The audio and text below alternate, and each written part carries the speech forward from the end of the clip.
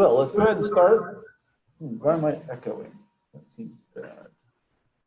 Why am I echoing? Huh. Everybody's got their microphones muted, so I'm not really sure why that happened. I'm going to mute my mic for a second, then unmute it and see if that breaks the. Okay, maybe that's better. No, I'm still echoing a little bit. That's weird. Hopefully that won't be too distracting. Folks, does anybody who's online have their microphone on? Or, oh, I wonder if it's, is that the problem? I think that I had the speaker on the laptop up too high. So, sorry about that. Still learning the tools. So hi everybody, welcome to day 2.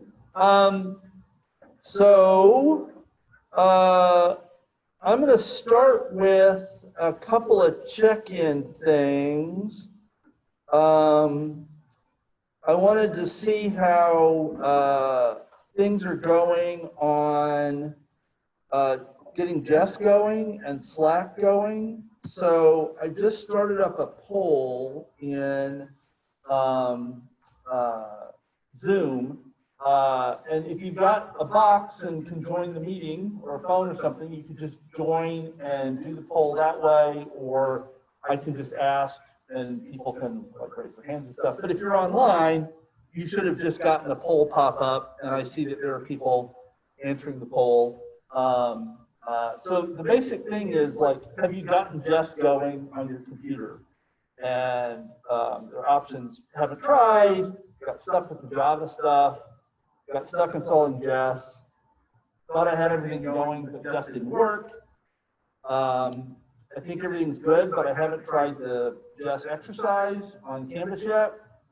And you were able to get all of it to work, and everything was like hunky-dory.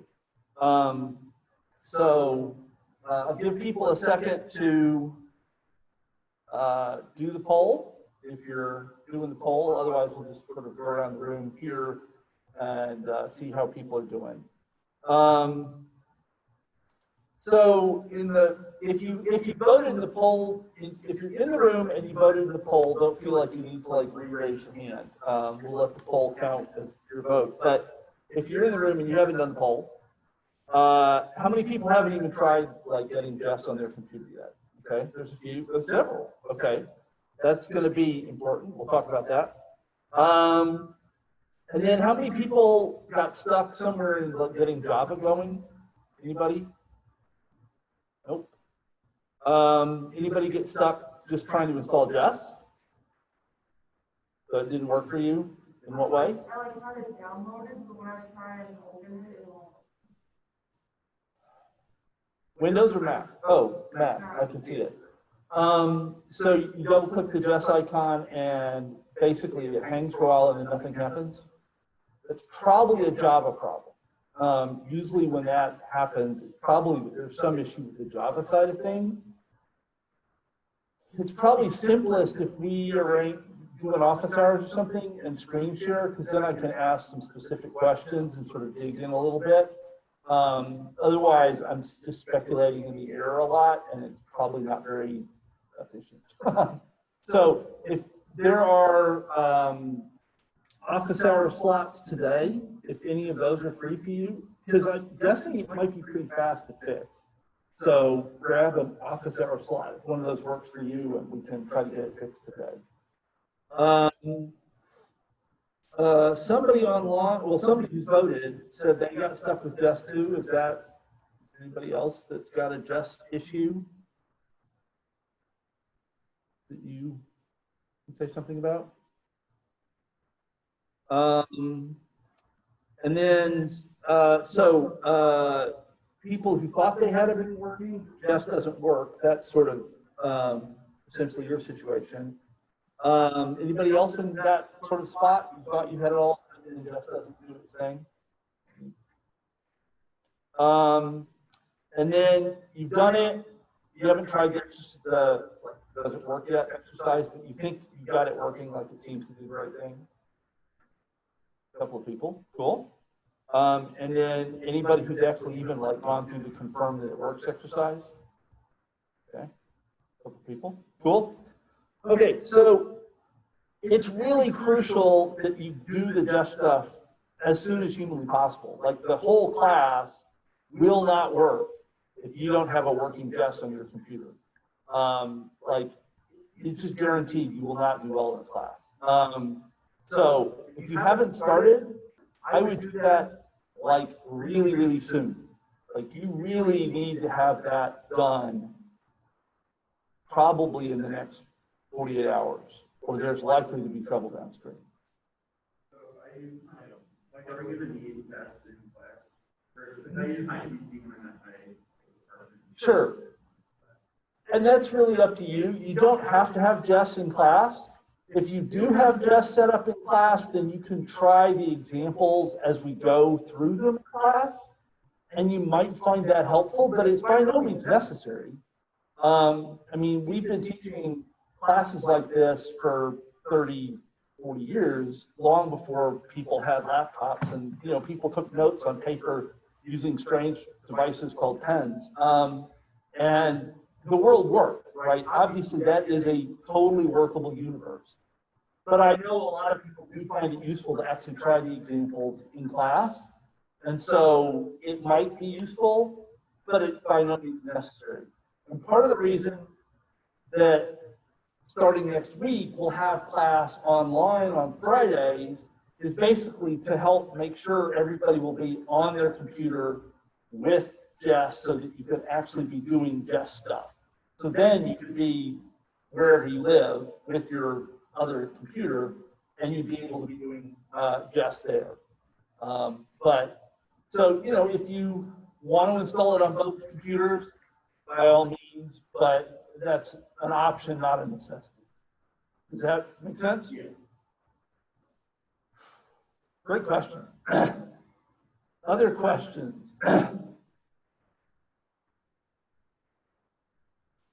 So yeah, if you haven't tried installing Jess, definitely do that right away. If you've tried and you've run into trouble, I would highly recommend setting up an appointment so that we can talk one-on-one and you can share your screen with me so I can see the error messages and stuff like that. That'll be probably a lot better. So if you can do that, that'd be great. And anybody online have any issues or questions with the Jess stuff? Good, cool, awesome, thank you. Any other questions about the Jess stuff? I don't know that I have anything profound to say other than go team, do it. And if it doesn't work, let me know. I'm here to help. Okay, cool. And then the other thing that I wanted to check in on is how are things going as far as getting signed up for Slack? I know that some people have done it and some people haven't. And in particular, like, are there people that have tried but have run into problems or have issues with Slack that I could try to help with? Anything on that? No? No? So, you know, it's not technically necessary, but man, it'll make your life simpler. It's a really nice way to be able to ask quick questions and share things. And so I would certainly encourage it. And I know a lot of people have. Keep doing that. Okay. Any questions from the online folks about Slack stuff? Okay, it's good. So now we will actually pretend to start class.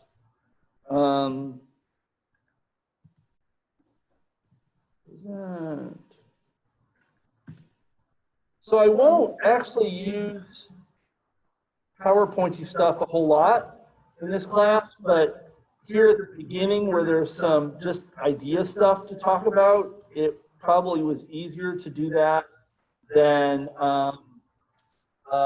try to write up. Normally I would just write on the board, But the folks online can't really see the board well. I mean, the camera is pointing at this corner, and that doesn't work well if I write over on that end of the board.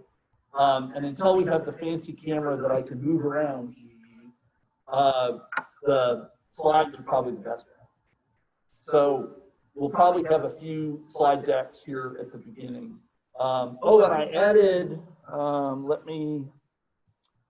should probably, well, I don't want to take time with it. I added a navigation thing on Canvas that goes to the directory that has all the slides. So all these slides are visible to you. So you can, on Canvas, click the link to the slide decks, and you'll get a folder with all the slides by date. And so you can look at these later if you want to. So questions about that? Okay, so there we go.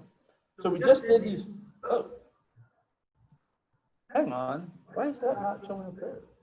That's weird. So are online folks seeing the slide that says check-in at the top? Are you still seeing the editing slides window with the title? Can somebody tell me who's online? In the chat. First slide still. So everybody's seen the first slide but me. That is super weird. How did that happen? Okay, I'm going to stop sharing. I'm going to say screen share again. Well, maybe I need to leave presentation mode. Maybe that was the problem. I'm going to try this, share.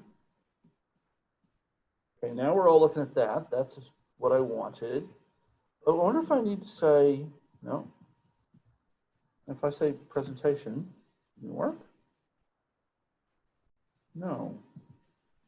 Weird. What is the deal? Sorry, folks. Computers suck rocks. And I can say that because I'm a computer scientist. So I have permission to be grumpy. Okay, now.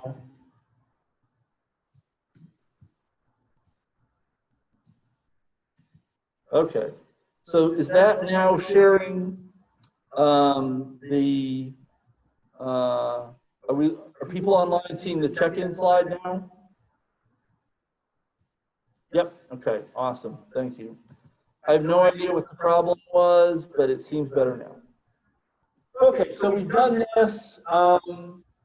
People are doing really good on the icon profile picture exercise and on the video introductions. I think we're like 2/3, 3/4 of the way through with the profile picture stuff, and certainly over half of the video introductions were done last night when I had a look at those. Does anybody have any questions or concerns about any of those, since those are due today? And today? Anybody online? Nope. Cool. Okay, so let's actually start with some class content. That'll be weird. So rest of the day, rest of the day we'll talk about sort of what computer science is, and basically chapter 1. We'll actually start on Monday with pulling up Jess and doing some intro programming stuff. But today is basically background. So the first question is like, what is computer science? Like, why are we here? And, you know, this is, I think, a deceptively non-obvious question. You have been using computers, most of you, since you were probably little kids. Maybe not everybody, but a lot of you have probably been using computers. You may not remember the first time you used a computer. Like, that would be entirely reasonable for many of you. Our child, who's 27, certainly has no idea when he first used a computer. He was playing with computers before he remembers playing with computers. it was computer games and, stuff like that, but still, it was the truth. So, but there is a lot of history here, and there's a difference between playing games on computers and studying computer science. And a lot of times, people's experience with computers is like surfing the internet, checking your email, playing games, right? That's watching videos now. I mean, computers have become the new TV. But none of that's really about computer science. Computer science builds all that, but this is like saying, I've driven across a lot of bridges. I understand civil engineering. Well, no, not really. You've just driven across a lot of bridges and you're not dead. So you're glad civil engineers exist because they make bridges that hopefully don't fall down, but that's not the same as like knowing how bridges are built. So here we're going to be sort of opening that box up a little bit and learning things about how the stuff actually works under the covers, okay? Now, a key part of computer science is the study of process. So in a lot of ways, computer science is about codifying in like really precise ways how it is we do things. And this is an analogy that people use a lot is recipe. A recipe is a set of instructions that if you follow them, you get a thing out the other end. If I take a recipe for a cake and I follow it, hopefully I get a cake. I don't get an elephant or a goose or something, right? If I follow a recipe for roast beef, I get roast beef out the other end, right? The thing that I'm making should happen, okay? And that's actually a really nice analogy. However, there are a couple of issues with that analogy. One main one that I'll talk about now, we'll talk about another one in a little while, is recipes are often very vague in places. You get recipes that say things like cook until golden brown or cook until done. What the hell does that mean? I don't know what golden brown is, right? And my golden brown might be darker than your golden brown. Cook until done is particularly unhelpful. Like if I knew what done was, maybe I wouldn't need the recipe. Add flour to thicken. What's thicken? I don't know, right? So there's a lot of ambiguity in a lot of recipes. And computers stink at ambiguity. Computers need you to be really precise and complete and careful. You can't say things like spice to taste and have a computer know what that means. Because computers are fundamentally stupid. I mean, I know they seem like they're very clever and do amazing things, and they do amazing things, but they're essentially a box with some rocks inside. They have never eaten breakfast cereal. They have never gone for a walk. They've never read poetry. Like, they may have processed a lot of poetry, but they've never read poetry.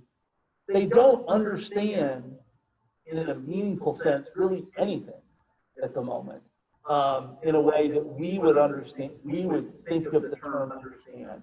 And they certainly have no shared experience with us as human beings. Like, we have a conversation, and there's all kinds of shared experience that we assume. Right? Most of us have walked. Walking is really complicated. Watching a little kid learn to walk, it's not a trivial thing.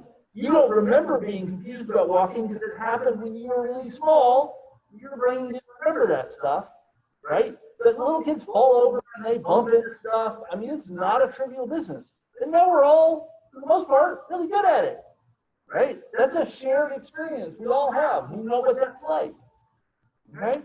Computers don't have a clue. No idea what that is, right? So we have to tell computers things in really precise and careful ways. And this is often very frustrating. We're not used to being that precise in our normal interactions. We spell pretty good, but we don't spell perfectly. And that's usually okay, right? If I spell occasion with one too many C's or S's, because I never remembered the set of C's and S's in the word occasion, you'll probably be able to read it just fine. And if you know how to spell occasion, you might think, it's to do this, right? So you might judge me for my misspelling, but you'll understand what I said. Computers are like, you spelled that wrong. I'm just going to curl up and die now. Or I will give you some inscrutable, awful error message that is totally no help whatsoever. The computers need you to be really precise and really careful. And this is precise in a way we are not used to as humans. This is not how we normally interact with the world. We usually interact in a way where everything's pretty loose and it'll all work out in the end. Computers are not like that. We have to be really careful about uppercase versus lowercase, spacing, punctuation. Is it a colon or a semicolon? Like in real life, many people have no idea what either of those words mean. You know, maybe you remember it's like some of the dot things, that one's got a comma, but you never remember which one. And in real life, that's fine. Computer life, not good. Huge difference between a colon and a semicolon. You got to know which one's which. So when I'm doing examples in class, which we'll start on Monday, or you're reading examples in the book, the details matter enormously. You can't be like, oh, it was uppercase in the book, I'll type lowercase and everything will be fine. Probably not going to work. Oh, Nick put a comma, I'll leave that out. Or I'll put a period or a semicolon instead. Not likely to be a good thing, right? You really have to be super, super, super careful about how you talk to the computer, or the computer's just not going to be your friend, right? And like I said, this is not how we normally live our lives, so it's a little frustrating and weird when we first get into it. Questions about that? Anything online? Okay. So one thing to point out is the idea of computing is actually very old. Electronic computers, as we understand them, started probably in the 1940s, became sort of usable in some kind of meaningful fashion in the late 40s, early 50s. But the idea of a computer actually dates back a long, long way. And the idea of algorithms dates back a long, long way. So there are writings from ancient civilizations. The Babylonians were big into algorithms, had a lot of them, which we found on clay tablets written in cuneiform. Euclid's algorithm for computing the greatest common divisor is actually still in widespread use today. Books have it all the time. People implement an algorithm from like 3,000 years ago on electronic computers all the time. So the idea of an algorithm, a process by which somebody would calculate something, is a very old idea. What happened in the 20th century is we started to build machines that could do that calculation for us. And they were faster and they were much less likely to make mistakes. And there were processes by which things could be calculated, as I said long before, that human beings would follow. Like there is a number of ways that you can compute the digits of pi. So you probably all saw pi in high school or earlier, 3.141592, and it goes on forever, it never repeats. But there is a process by which you can compute what the next digit of pi is. And there was an English nobleman, because who else would have the time to do something foolish like this, in the late 1800s, who basically devoted his life to computing as many digits of pi as he could. He would get up in the morning, and he would spend several hours every day doing math by hand on paper, and then he would take the rest of the day off and do whatever people with enough money to spend their whole day computing digits of pi do.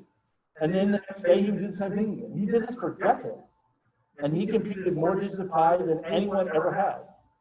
And he published this as a public service. Well, when we were able to generate workable electronic computers, somebody was like, hey, we can generate digits of pi. There was a guy who did that. We should check his work. Turns out this guy had made a mistake somewhere about 2/3 of the way through his many years of doing this, which meant that from there forward, all of the work he did was wrong. So for years, he labored to compute nonsense, compute digits that meant nothing, because he had made a mistake some morning because he was a human being. It's actually kind of remarkable that he was correct as far as he was. That actually, I mean, I think the take home shouldn't be that he screwed up. The take home is that he took that long to screw up, because I would have been wrong on day 3 and given up on day 7, because man, I just don't have the temperament for doing this kind of thing the way he did.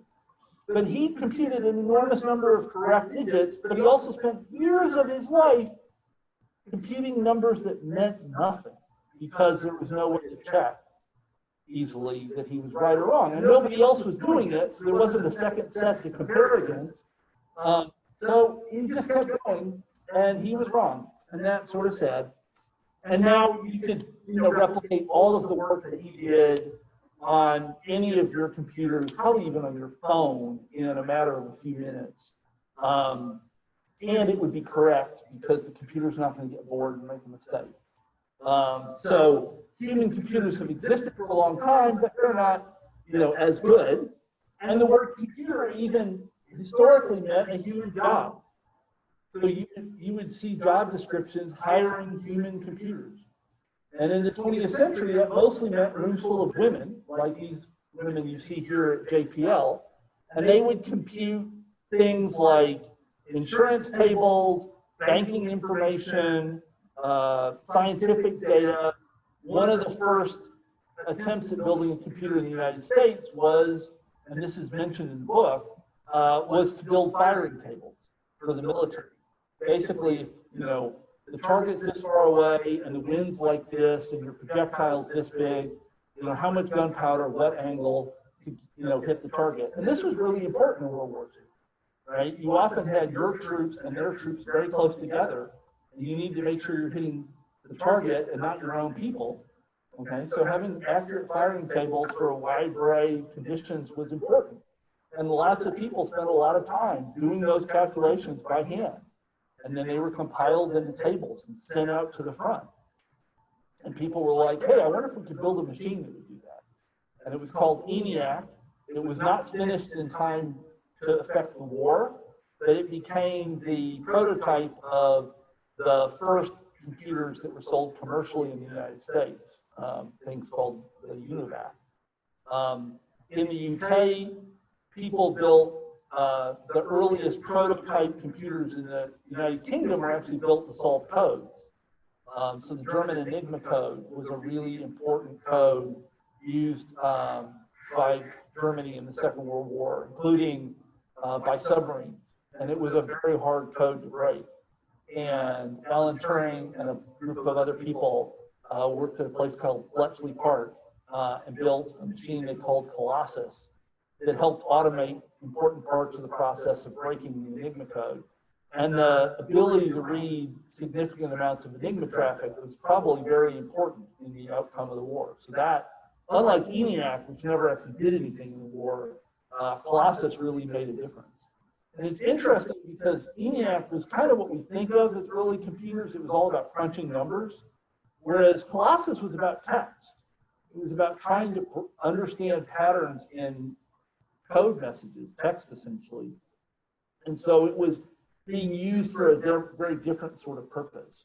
And the people that worked on that went on to sort of create the early computer industry in the United Kingdom. But before we had that, we had rooms full of people that were called computers, and they would sit and do this kind of calculation.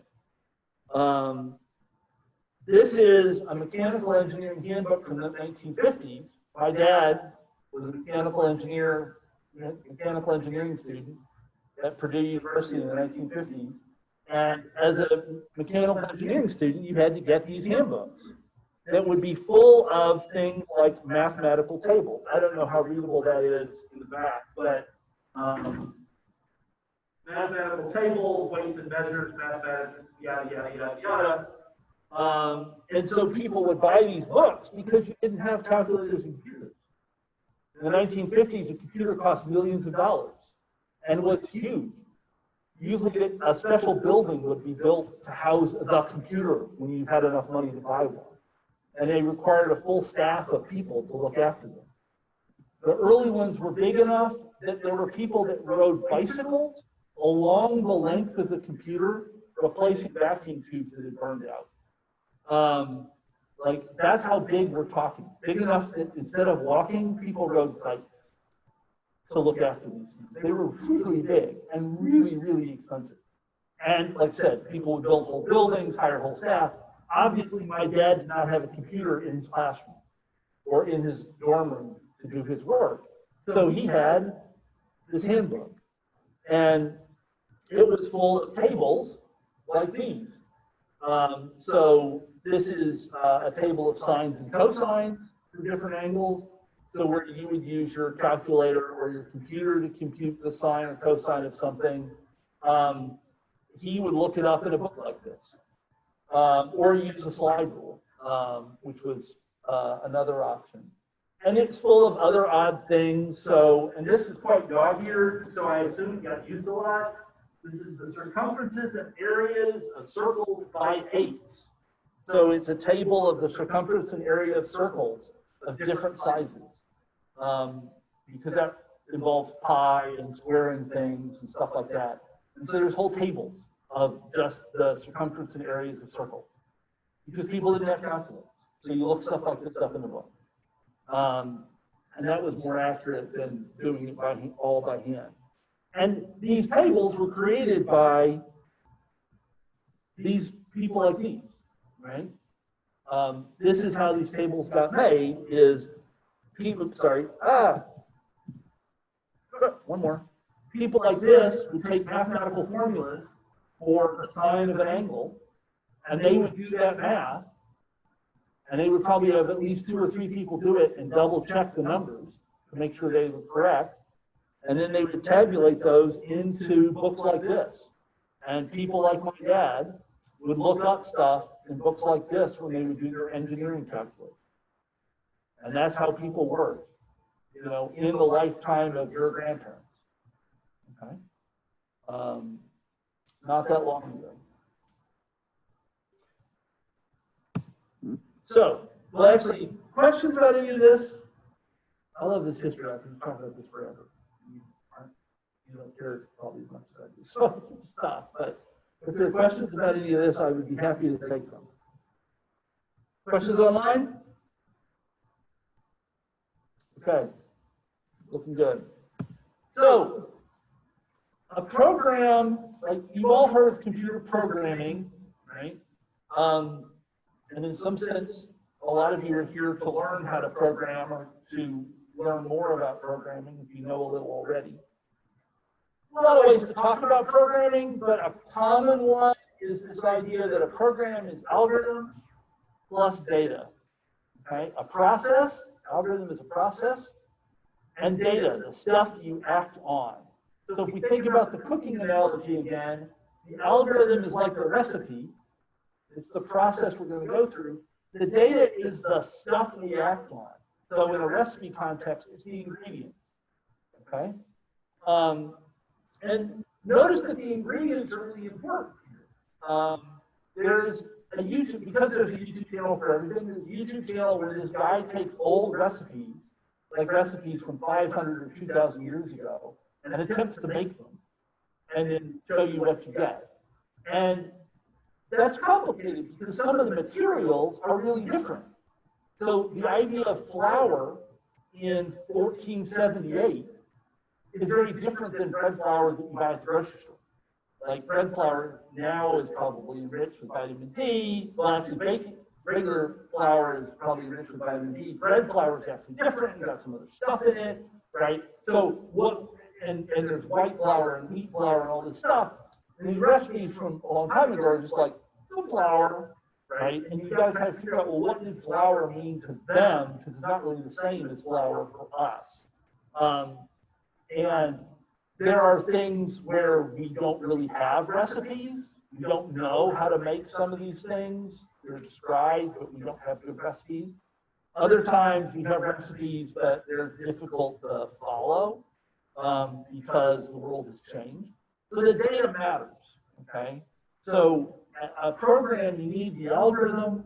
What are we going to do? But you also need the data. What are we going to act on? What kind of information are we going to process? Okay? The algorithm is what people often refer to as the code. And another important thing about the data is the data has to be in a form the computer can understand, right? And that's one of the things that we'll talk about a fair bit in this class, because in media computation, one of the questions is, well, how do we feed the computer, say, an image or a sound in a way that it can understand? Our experience of these things is really different from how a computer could experience these things, right? Your eyes have rods and cones in your retina that are sensitive to light in different ways and send signals through your optic nerve to your brain processes all that, and then you have the experience of being in this room or watching on the computer of this lecture, okay? How does that translate to computing? In the same way, sound waves, vibrations in the air, are changing the pressure in your ear canal and causing your eardrum to vibrate, which then causes little tiny bones in your ear that were once the jaws, part of the jaws of amphibians in historic, geological time. How weird is that? To then cause vibrations to happen in a little coil that cause little hairs to move, that cause electrical charges to happen, which go into the auditory nerve, which go into your brain, and you have this experience of hearing my muffled voice come out through this mask. And if you're online, my muffled voice through the mask, into a microphone, across the internet, to China in some cases, and then out a speaker, and then you have all the muscles and the bones and the stuff happen on your end. So we have that experience. How does that happen for a computer? How do we get the data in a form that the computer can act with in a meaningful way? And that'll be an important part of what we talk about in class. Questions about that? Okay. So one of the issues here is if we're going to have to write algorithms, we need to write them in a form that the computer can understand them. So as I said before, when we write directions for people, whether it's recipes or directions to your house, we're often kind of sloppy, right? You've all probably, well, maybe not so much anymore because everybody's got, driving directions on their phone. But when people used to tell you directions to things that you would write down on a piece of paper, they'd be like, oh, it's 3, maybe 4 stoplights. And then you turn left and you go, I don't know, maybe a mile. But people don't have any idea. They're not very good at measuring distances or even counting stoplights. Like if you've driven this route hundreds of times, why do you know how many stoplights, right? You go until it looks right and then you turn because you just keep doing it and it works out. So we're not very good about being precise in our directions. But computers require that we be very precise in a way that we're not really used to. Now, in the early days of computers, when people would program computers, I don't want to say we here because I'm not old enough to have this experience, but people would program computers literally by changing the wiring on the physical device. So you may have seen pictures of old-fashioned telephone operators or shots of them in movies where they've got these plugs and they would pull one out and plug it into another hole. Those are called patch cables, and they're connecting one piece of electrics to another piece of electrics in a big board.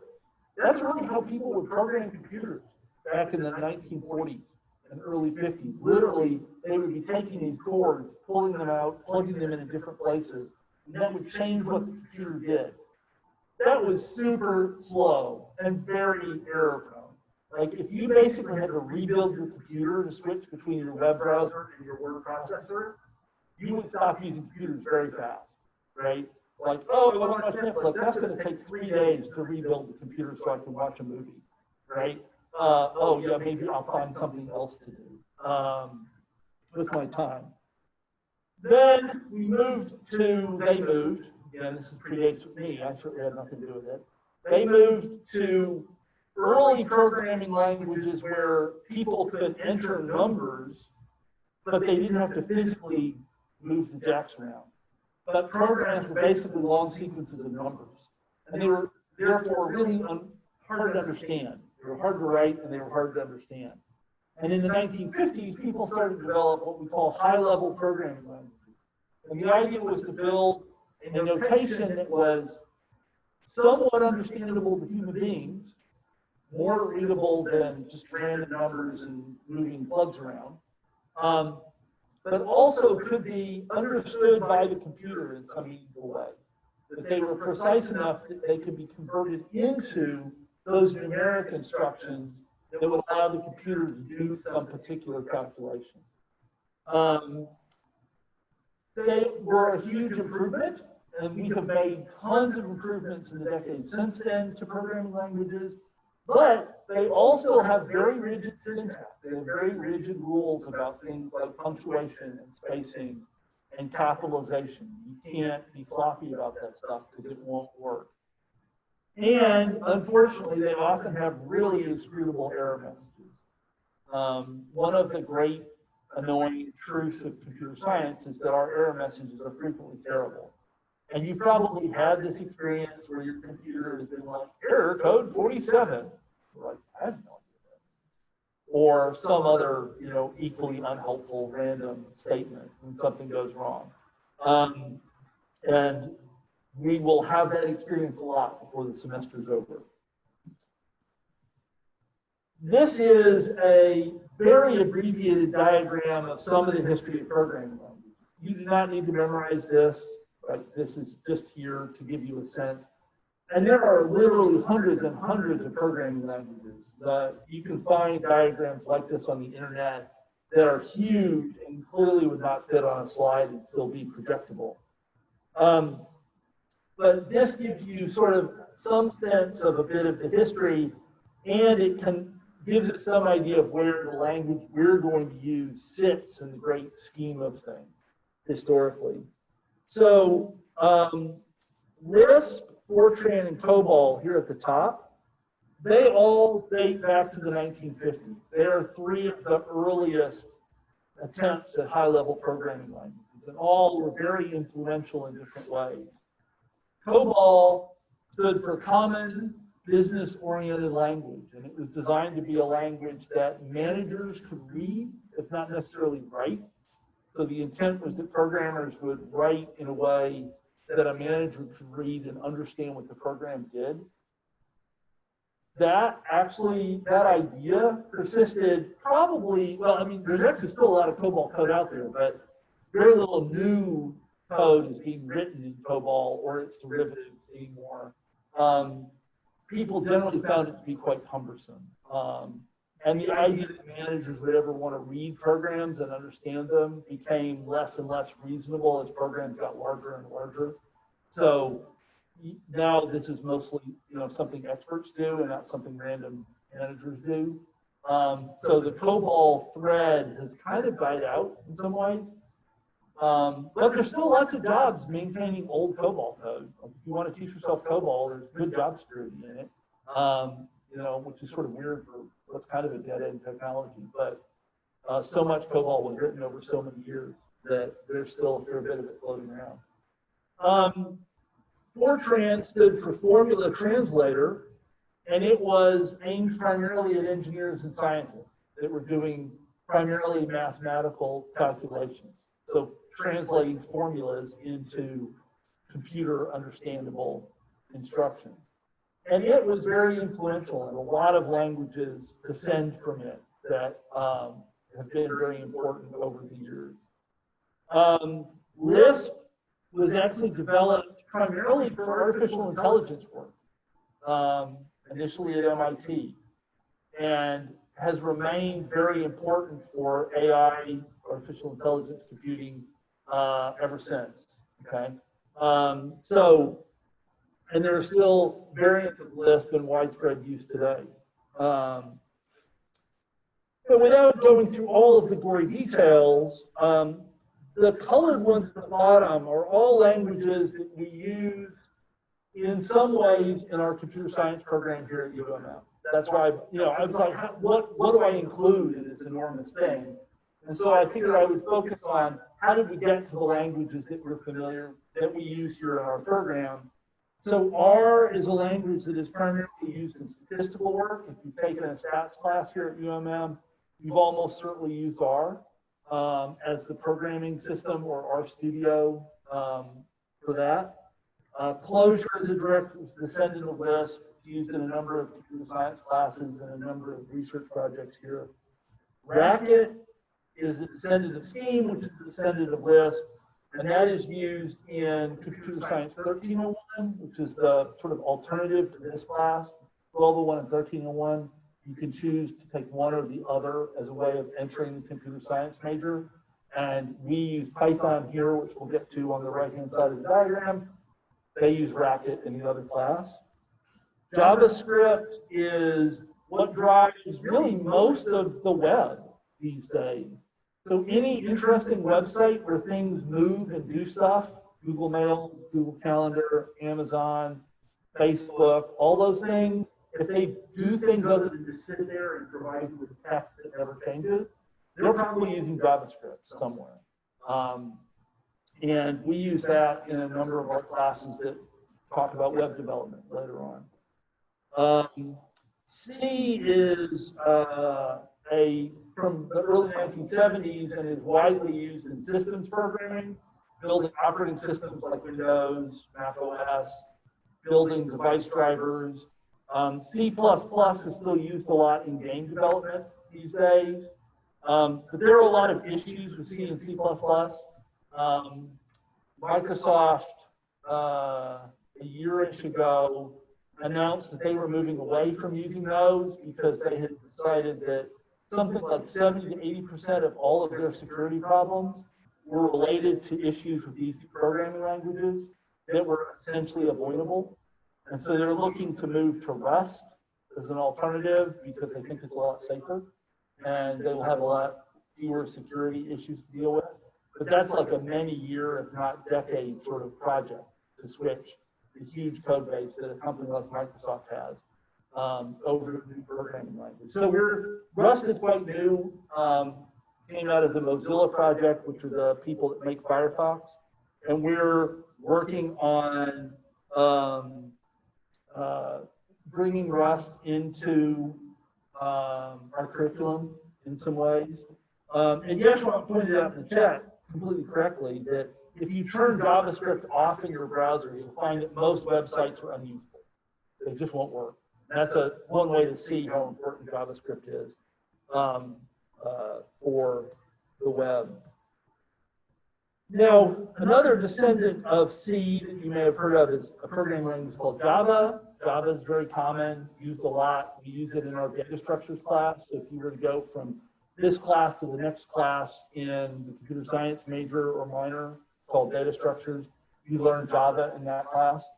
A lot of our alums, have jobs working in Java. Probably JavaScript and Java are the two biggest sources of employment for our students when they graduate.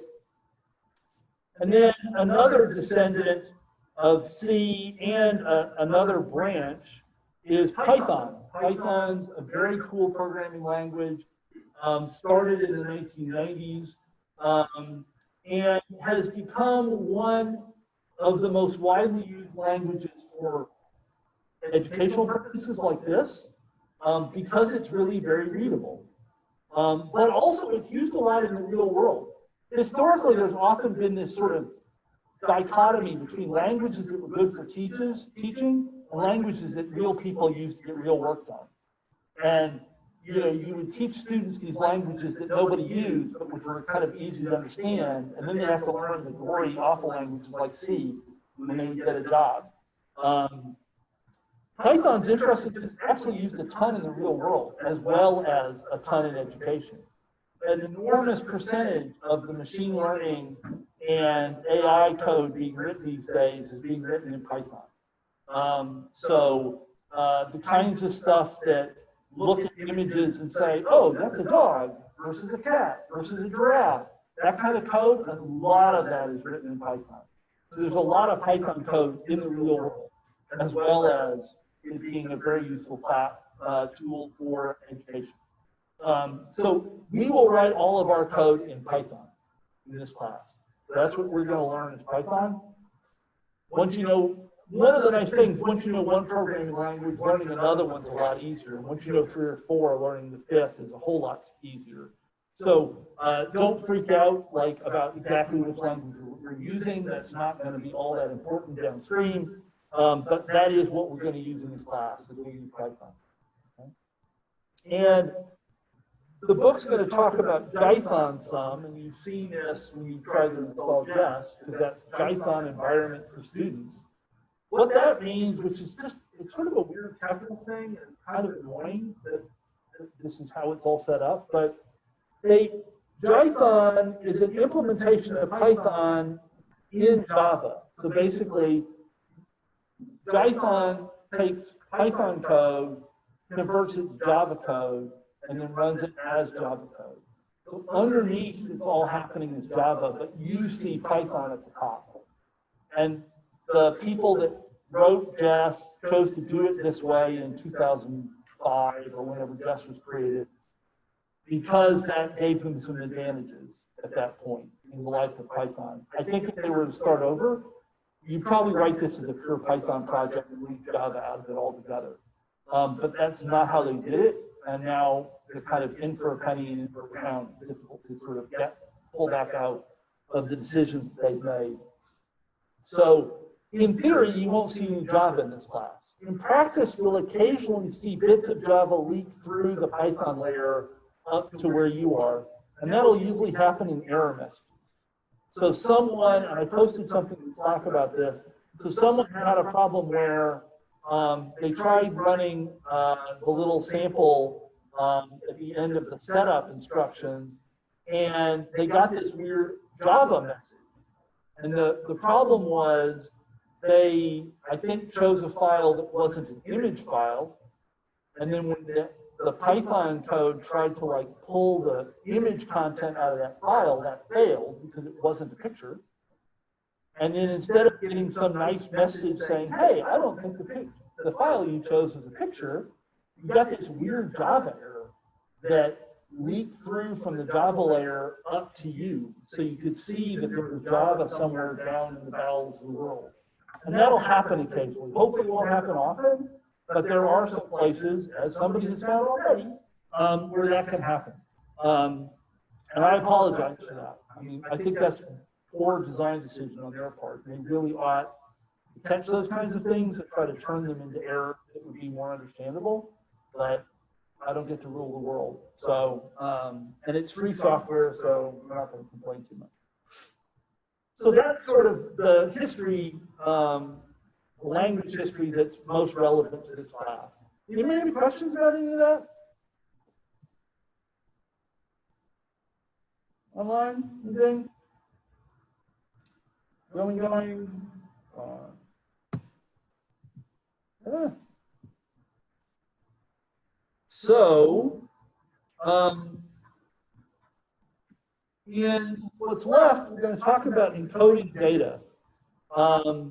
So you probably heard that computers act on zeros and ones, but you may not have any idea what that means. Okay? And why would that even be true in the first place? Well, the essential question is, like, how is a computer able to represent information? And at the lowest, simplest level, a computer is basically looking at whether things are on or off. So is a switch on or is it off? Does a wire have electricity flowing through it or not? And it can be fancy to that. It could be like, is the voltage of that on that wire high or low? You can get into things like CDs, DVDs, Blu-ray. There, it's a question of, is there a little reflective surface in a very tiny space that reflects a laser or not? And that's actually how it reads zeros and ones off of a disk like that if you put it in the machine. So all of this is in some ways about zeros and ones, okay? And we can represent limited amounts of information with small numbers of zeros and ones. Now for the online people, I'm going to walk across the room to the light switches and you won't be able to see me. I'll shout really loud and, oh, actually, no, hang on. I can take things with me. I keep forgetting that I can take the laptop around. Wow, we will travel. Then you will be able to hear me. Whee! Road trip. This is probably seasick inducing for the people watching at home, but whatever. So there are light switches. Let's point camera to light switches. Come on. There we go. Light switches behind me. So there's 2 light switches. Now I can turn lights on or off. Right? Now, that's exciting. Like, I haven't told you anything that you didn't know when you were a child. But we could run this class by having you ask me yes/no questions, and I could answer by flipping the switch and never talking.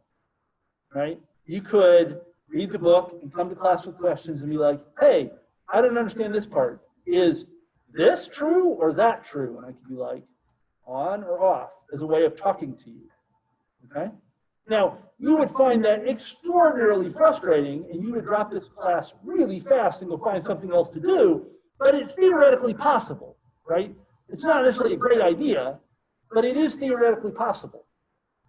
And we can also get excited. We can be like, oh, but there's 2 switches. Maybe we can do better than yes, no, true, false, okay?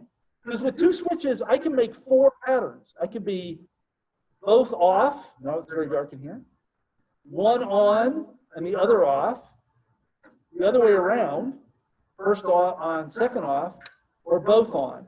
And I don't know that at home, the differences between those may have been hard to see, but you know, you can take my word for it. But that gives us 4 possible ways of setting the switches. Now, instead of answering a true-false question, we have multiple choice. And you can give me 4 options. So you can say, which of these 4 things is true? And I can do the switches, and you can read the lights to get the answer. And that's actually better than just true-false.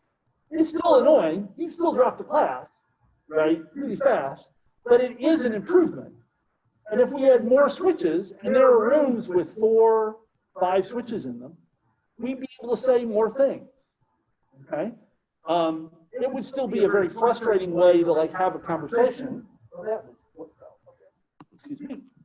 But it would be possible to do that, okay? Not necessarily desirable, but it would be possible. And that's really a fundamental observation from computers, is that we can use zeros and ones on and off to represent increasingly complicated pieces of information, but having more switches at our disposal. Okay? And a single switch is called a bit, and having more bits lets us say more things. Okay? Does that make sense? Now, let's see. Hang on, I've got a question or a thing on the chat. Oh, I had a nasty echo. Sorry about that. Is it better now, I hope? I was probably closer to the computer, maybe louder. Oh, still there. That's too bad. I think I'll turn the speaker down here a little bit. Oops, wrong one. Is that better, Claudia? Yeah, okay, cool, thanks. Thanks for letting me know. So, about 10 minutes, I'm gonna stop sharing that, and I'm gonna start sharing my whiteboard. Draw some pictures. And again, I probably won't use the whiteboard a ton. I mean, the electronic whiteboard, my inclination would be to use the physical whiteboard, but since we can't point the camera at it, I'm going to use the electronic whiteboard for a second. And this is all captured in the video for the lecture, so you'll have access to all of this when I post the video as well. That's useful. So if we have one switch, ooh, that's terrible. One switch. Oh, this is an awful writing surface. My apologies. Let me readjust a little bit and see if I can do this so that my handwriting does not look like the chicken scratchings of a hen. So one switch equals 1 bit. Okay? So 1 bit can either be on or off. On or off. 1 or 0. Okay? With me on that? And as we saw, if we have 2 switches,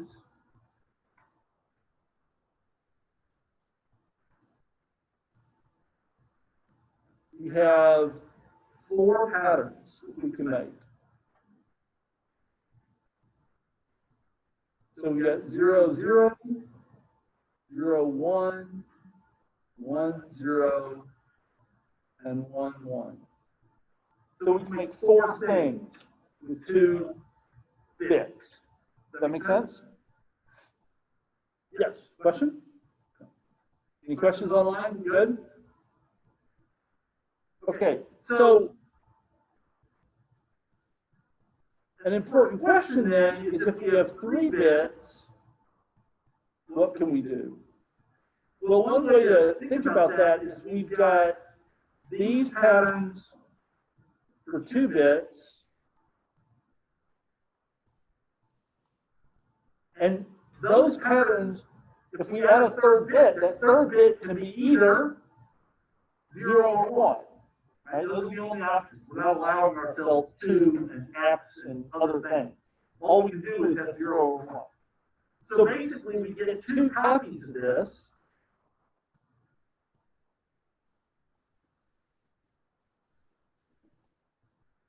One copy, we put a 0 in front of everybody. And one copy, we put a 1 in front of everybody. Okay? And that gives us, actually, this is an algorithm. This is a recipe for generating all of the patterns for 3 bits if we know the patterns for 2 bits. Okay? And this gets really useful as you get more bits, because if you're just like, oh, I'm supposed to do all the patterns for 4 bits, if you just try to like write them out randomly, it's really hard to know if you got them all. Like, it's easy to make a bunch of them and then be like, is that everybody? I don't know. Right? So having a systematic way of generating the number of patterns, the set of patterns, is actually really useful. Okay? And so there's several, but this is one useful trick, which is you start with the set for n minus 1 pattern, n minus 1 bits, and then you use that to make the set for n bits by copying it twice and putting 0s in front of one copy and 1s in front of the other copy. And if what you started with was all the ways to do n minus 1 bits, if this was right, then you're guaranteed that this is right. Because every pattern with 3 bits, n bits, is a 0 or a 1 followed by a unique pattern with n minus 1 bits, 2 bits in our case. Okay? So this is guaranteed to work. This is sort of a totally, useful recipe for generating patterns. Now, why do we care about this? If this is how we're going to go from n minus 1 to n, from 2 to 3, what's the relationship between the number of patterns at 3 and the number of patterns at 2? Like, how many patterns do we get at 3? You can count. It's not hard. 8. And what did you say about twice? So why twice as many? You're sort of making 2 copies, and one of them gets 0s in front of it, and one of them gets 1s in front of it. So each time you're going to double the number of patterns. So we had 2 patterns with 1 switch, 1 bit. We then had 4 patterns with 2. We have 8 patterns with 3, and it's just going to keep doubling. And so with like 10 bits, we'll have 1,024, which is 2 to the 10th patterns, right? Which is a way to tell if somebody's a computer nerd at a party. They know the answer to this question, and they probably spent too much time doing computer science. And 20 bits gets us to about 1 million. 30 bits gets us to about 1 billion. 40 bits gets us to about 1 trillion. So with a fairly small number of bits, we get very, very big numbers. With 20 bits, which isn't that many, we can make 1 million different things. Standard human vocabulary is measured in thousands of words, probably single digit, thousands of words for most people in active use. So in fact, 10 bits is probably in the neighborhood of enough to represent a set of words that would allow us to have an entirely reasonable conversation. So if I had 10 switches on the wall and we memorized patterns of lights and what words they meant, we could have like a full conversation with me just managing switches on the wall in real words. It would be slow, it would be awful. Memorizing the vocabulary would be a nightmare. Again, I'm not recommending it, but theoretically it's possible. And this is really crucial for how computers deal with things. Because everything for the computer is a sequence of bits like this, and the fact that there are all these different patterns that we can make with fairly small sets of bits is critical for being able to represent the information that we need to represent. I've run a minute over, I should be quiet. So, are there questions in the -1 minute that remain? So, there's a quiz for chapter 1 that's basically this stuff with the bits. Give that a try, and if you've got questions about that, let me know. You can take the quiz up to 3 times. So if you take it and you die somewhere like, oh, I got 3 of the questions, but then I didn't understand this one, definitely let me know, and we will, answer questions and try to get you going. And then you can take it again, and you'll get whatever your highest score is on any of the 3 goes will be your score on the quiz. So try it early, and then let me know, and if you got questions. So go be safe. Wear your mask, wash your hands. Life is good. See you later. Bye, people online.